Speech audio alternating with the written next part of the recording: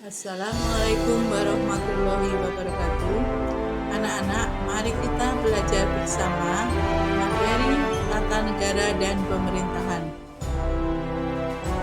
Adapun submateri, yang pertama, sistem pemerintahan, yang kedua, lembaga penyelenggara negara, yang ketiga, pemerintahan daerah, yang keempat, daerah khusus dan istimewa. Adapun tujuan pembelajaran, yang pertama, siswa mampu menjelaskan sistem pemerintahan.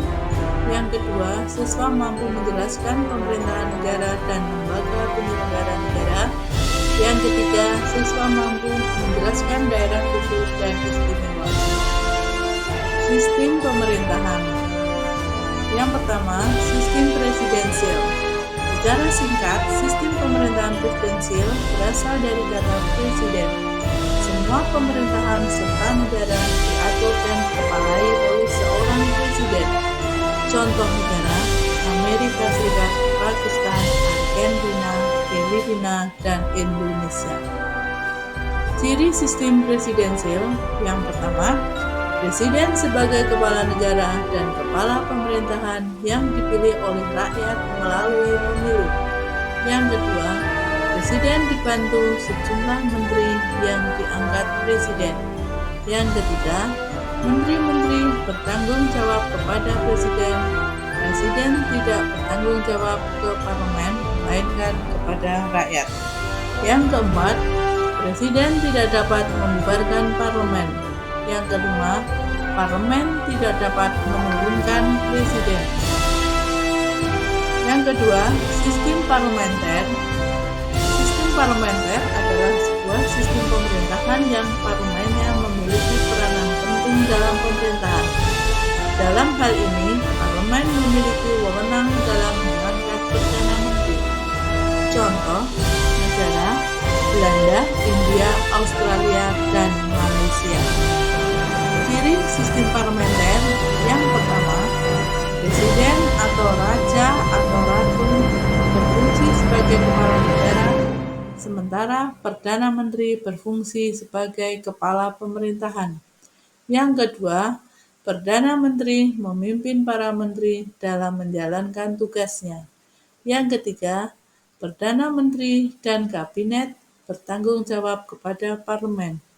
Yang keempat, parlemen bisa membubarkan pemerintahan dengan mengajukan mosi tidak percaya. Yang kelima, pemerintah melalui kepala negara juga dapat membubarkan parlemen dengan dasar tidak lagi mencerminkan aspirasi rakyat. Sistem pemerintahan Indonesia. Pasca kemerdekaan presidensial, masa Republik Indonesia Serikat parlementer, pasca Republik Indonesia Serikat parlementer, Orde Lama presidensial, Orde Baru presidensial, dan reformasi sampai sekarang presidensial. Lembaga penyelenggara negara. Mengapa kekuasaan negara perlu dibagi? Dalam menjalankan sebuah pemerintahan, perlu adanya keseimbangan.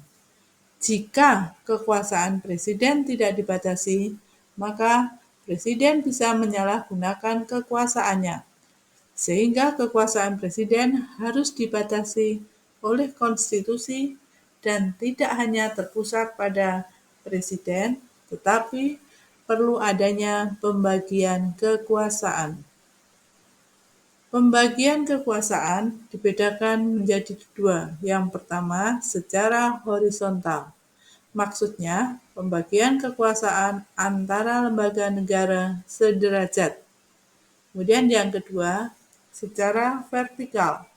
Maksudnya, pembagian kekuasaan antara beberapa tingkatan pemerintahan. Secara horizontal. Pembagian kekuasaan secara horizontal di Indonesia mengalami pergeseran setelah terjadinya perubahan atau amandemen Undang-Undang Dasar Negara Republik Indonesia tahun 1945. Pergeseran yang dimaksud adalah pergeseran klasifikasi lembaga negara yang umumnya terdiri atas 3 jenis lembaga penyelenggara negara, yaitu legislatif, eksekutif, dan yudikatif, menjadi 6 lembaga penyelenggara negara. Sebelum amandemen, terdiri dari legislatif, eksekutif, dan yudikatif. Setelah amandemen, terdiri dari legislatif, eksekutif, yudikatif, konstitutif, eksaminatif, dan moneter. Lembaga legislatif. Kekuasaan membentuk undang-undang. Di Indonesia, kekuasaan ini dipegang oleh DPR. Pembuatan undang-undang juga bisa melibatkan presiden atau DPD. Yang kedua, eksekutif. Kekuasaan untuk melaksanakan undang-undang dan menjalankan pemerintahan. Di Indonesia, kekuasaan ini dipegang oleh presiden. Yang ketiga, yudikatif, kekuasaan kehakiman atau kekuasaan yang mengawasi pelaksanaan undang-undang.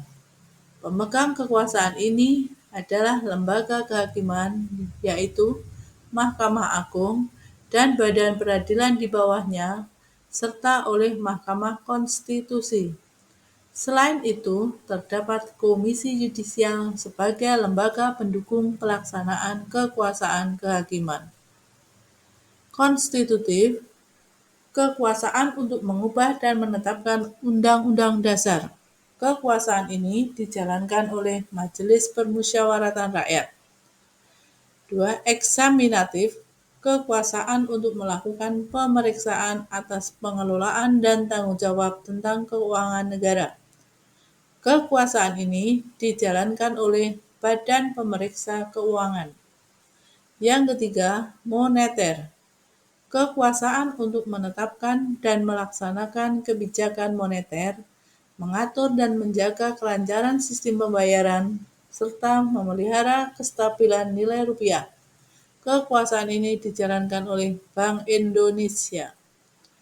Pemerintahan daerah ini diatur dalam Pasal 1 Ayat 2 Undang-Undang Nomor 23 Tahun 2014 tentang Pemerintahan Daerah.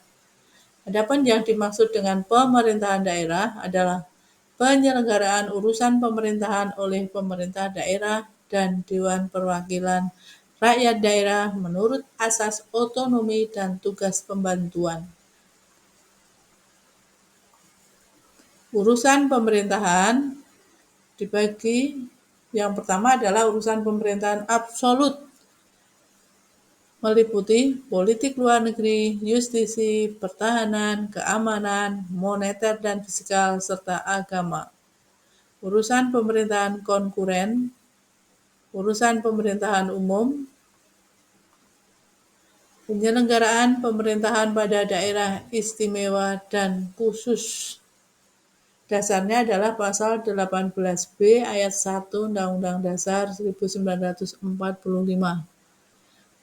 Meliputi wilayah Jakarta, Daerah Istimewa Yogyakarta, Provinsi Aceh, dan Provinsi Papua. Ini daerah khusus Ibu Kota Jakarta. Daerah Istimewa Yogyakarta, Provinsi Aceh, Provinsi Papua. Terima kasih.